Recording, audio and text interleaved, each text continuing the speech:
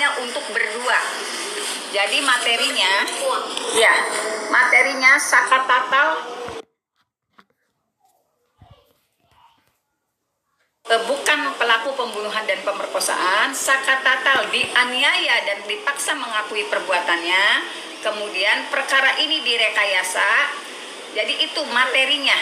Materinya itu ya Mbak, bukan materi Eki itu anak saya, karena materi itu kita tidak pernah menyaksikan itu ya, memang yang meninggal Eki, kita tidak pernah menyaksikan itu. Jadi materinya yang kita harus sama-sama sepakat itu yang akan di fokusnya adalah Saka tidak bersalah ya Bu Titin ini. Kalau Bu Titin sudah ada konfirmasi berarti dari pihak Indonesia akan hadir di sini. Nanti yang melakukan konfirmasi tim kuasa dari Jakarta Mas, Mbak, Pak Farhad Abbas dan Pak Krisnamurti, karena kan kondisinya lebih dekat ke sana. Kalau saya kan posisi di Cirebon, saya yang menyiapkan prasarana di sini, saya mendatangi itunya. Kemudian untuk undangannya tim dari Jakarta yang menyampaikan ke tim kuasa hukumnya Pak Rudiana.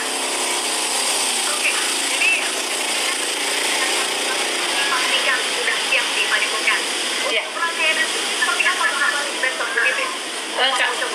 Kalau kita kemungkinan Mbak dari tim Jakarta menunggu kedatangan tim Jakarta, kemudian mungkin akan sholat Jumat dulu di Plumbon karena daerah sekitar segitu. Kemudian untuk prosesinya memang diserahkan kepada pimpinan Padepokan. Saya juga secara ritualnya tidak tahu persis, tetapi kemarin disampaikan bahwa sumpah pocong itu persis seperti memandikan jenazah Mbak.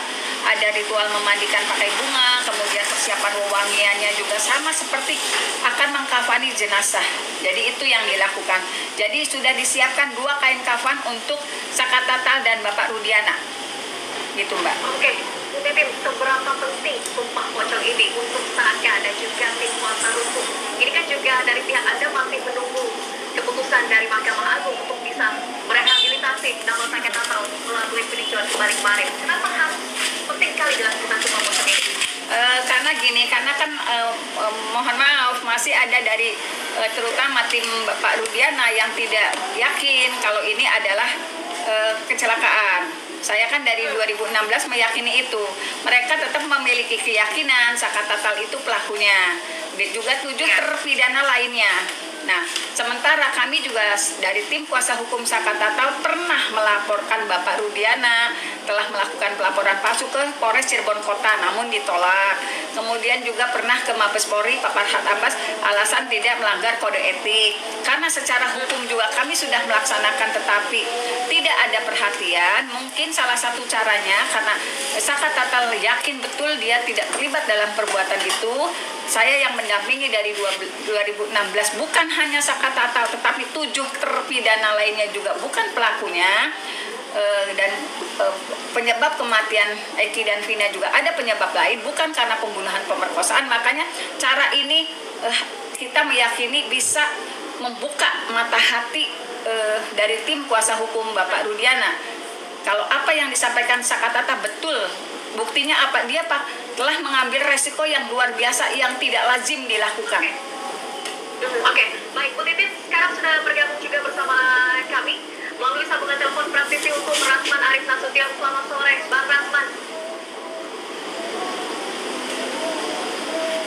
Selamat sore, Bang Rasman. Suara saya terdengar jelas? Ya, selamat sore.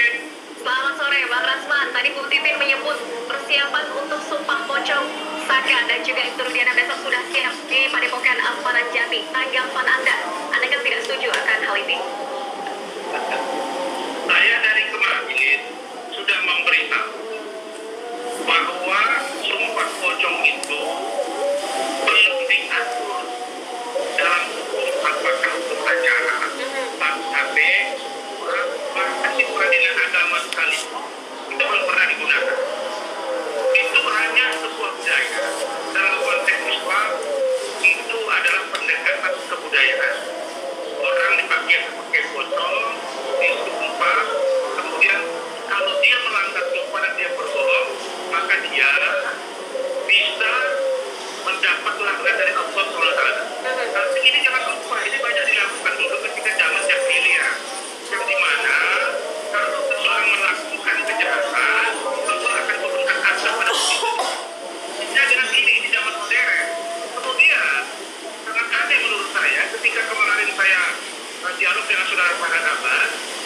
dengan sumpah pocong ini itu dia mengatakan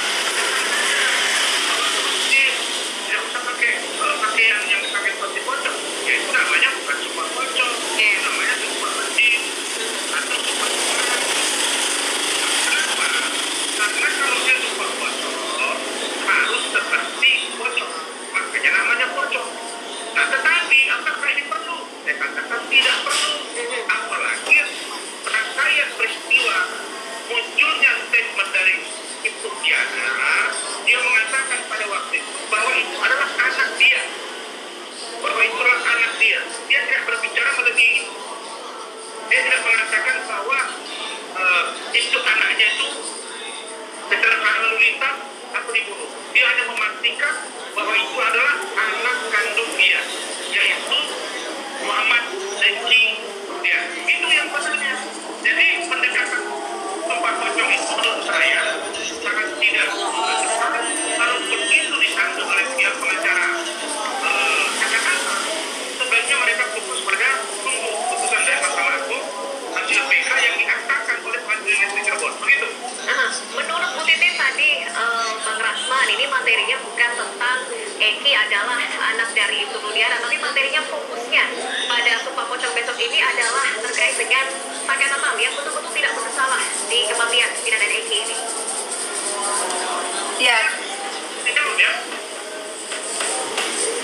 Tanggapannya, Bang Rasman. Ya, saya mengatakan bahwa ketika dilakukan sidang peninjauan kembali di Pengadilan Negeri Cirebon, saya yang mengatakan dengan keras ketika dialog di dalam TV swasta kepada para sahabat dan kawan-kawan. Kalau mereka menganggap bahwa tidak pernah dilakukan gerasi, permintaan gerasi oleh Saka Natal dan yang lain, maka apa? Mereka jadikan itu norma baru di PK dengan meminta surat dari lembaga pemasyarakatan atau Bapak ketika Saka Natal ditangkap. Karena terbitnya gerasi itu melalui proses.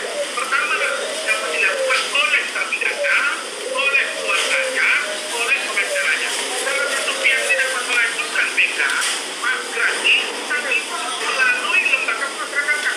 Diajukan kepala usaha atau kepala lapas, ngirim ini ke Mahkamah Agung untuk dipelajari, diawasi oleh DPR, baru sampaikan ke Presiden. Presiden menerbitkan, Presiden menomorkan keputusan Presiden Kepres. Ada yang diatur dalam Undang-Undang 45. Di situ untuk mengajukan gerasi, amnesti, abolisi, rehabilitasi.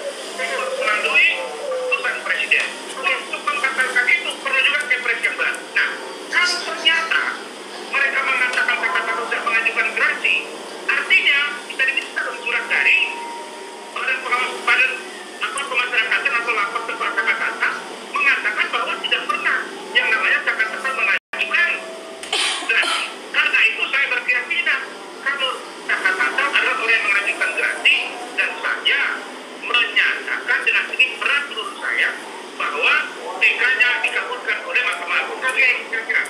Oke, ini adalah kalau Bang Rasman tetap menurut Bang Rasman harus menunggu saja jalur seperti yang saat ini masih menunggu putusan MA begitu. Bu Titin.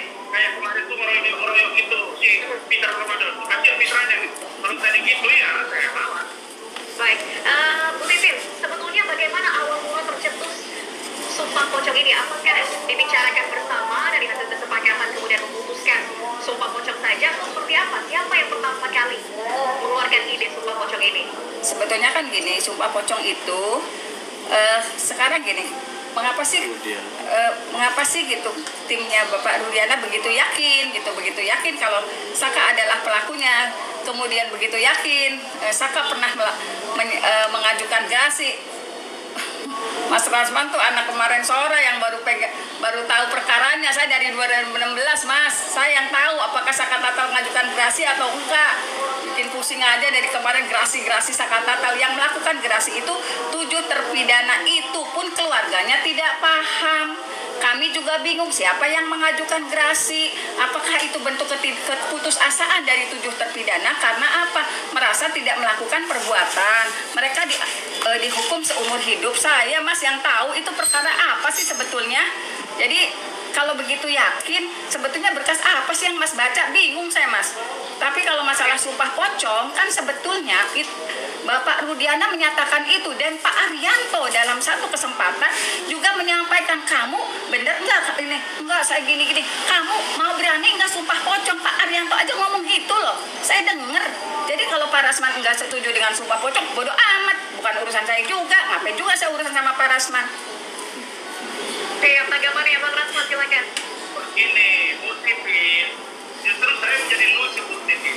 Positifnya sekarang banget, ya ngomong begini, sampai naik ke mimbar saja kemarin, debat dengan ini. 2016 mau ngapain aja? Hah? Apa harus rame-rame? Mau dikasih sini baru bisa didengar? Enggak juga. Lu, saya sudah megang kasus 2016, 2015 sampai sekarang. Seluruh kasus yang kita tangani, kalau kita yakin selain kita benar, maka kita fight dulu. Gak ada kata menyerah. Kalau di mata saya bukti itu sebenarnya tak perlu kita bantuan dengan para seperti kawan-kawan. Ibu sendiri aja begitu ini viral, ibu sendiri yang tampil, itu baru namanya jago. Bu, saya tidak pernah, jangan samakan saya dengan siapa. Elsa Sarif, jangan samakan saya dengan Cynthia Siswati, jangan samakan saya dengan Citra Ramadan. Saya Rasman, saya praktisi hukum, saya pengacara Suroto, saya pengacara Yusri Aktia. Kalau saya dengar keterangan mereka berdua, termasuk dari Yusri Aktia, itu yang pengacara kata pada waktu tidak berbuat banyak juga. Kalau sekarang ibu bilang saya tidak tahu masalah, bu, saya sudah dalami semua materi, saya sudah dalami semua data. Saya hanya katakan, kalau ibu mengatakan bahwa klien ibu kata-kata itu tidak mengajukan gerasi, kenapa tidak diminta surat dari badan pemasyarakatan? Kita dong surat pemasyarakatan. Yang kedua, kalau ibu mengatakan dia tidak mengajukan gerasi, saya main di program Rakyat Bersuara IDIOS TV, di situ ada kata-kata, ada pada hukumnya, ada kata-kata itu. Ketika saya tanyakan, saudara kata-kata, saya dapat data 2020, Anda mengajukan gerasi ditolak oleh Presiden Jokowi, apakah Anda melakukan itu? Kakaknya jawab, dia kami lupa. Dia tidak mengatakan, tidak, saya ada tanda tangan, tapi saya tidak tahu tujuannya apa. Nah, ini menjadi aneh. Yang kedua, itu lawyer.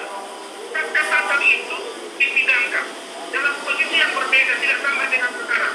Dia dihujat segala macam. Saya kira kalau ibu pada waktu itu bergerak, dan ibu datang ke Karya, ibu datang kepada Mahkamah Agung, ibu laporkan sikap presiden, ceritanya nggak akan begini. Jadi ibu itu sekarang menjadi kencang dan keras suara, karena udah rame-rame.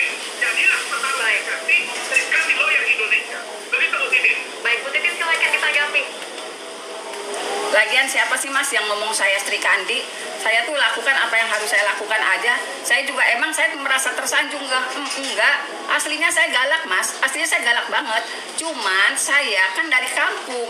Awalnya saya menghormati semua pengacara nasional. Makanya saya pelan ngomongnya, nyantai. Tapi makin kesini jadi saya berarti saya tuh galak Mas. Kalau Mas tahu saya di Cirebon, saya galak banget aslinya. Itu Mas, jadi saya awalnya sangat menghormati, saya nggak mau ngomong keras sama pengacara nasional. Karena apa? Saya pengacara kampung. Kalau misalnya Mas bicara 2016, ya udah, yang tahu kan saya, Mas. Saya juga nggak mau jelasin, ngapain juga jelasin, nggak ada pentingnya juga, kan udah lewat. Yang tahu apa yang saya lakukan saya, ngapain juga saya jelasin ke Mas. Itu aja sih Mbak. Oke, Bang Rasman, masih ada yang ingin ditambahkan? Jadi begini Bu Titi, ibu kalah. Ibu bilang pengacara kampung, terus masuk ke pengacara kota. Ibu ini ingat nggak? Ibu kalau secara jujur ya, saya bukan manfaat ini. Ketika ibu datang ke Pride, direspon oleh Bang Situasi buat abang saya. Kemudian ibu bergabung dengan kata-kata dengan para abang. Ibu kan sempat tidak baikan dengan mereka. Kan ibu cuma yang jujur dong. Dan ibu dipindir loh. Ada pengacara yang melakukan mal praktek, ada pengacara yang melakukan salah administrasi, mal advokat. Ibu dianggap tidak bekerja. Ada pengacara yang tidak bekerja maksimal, membuat yang lain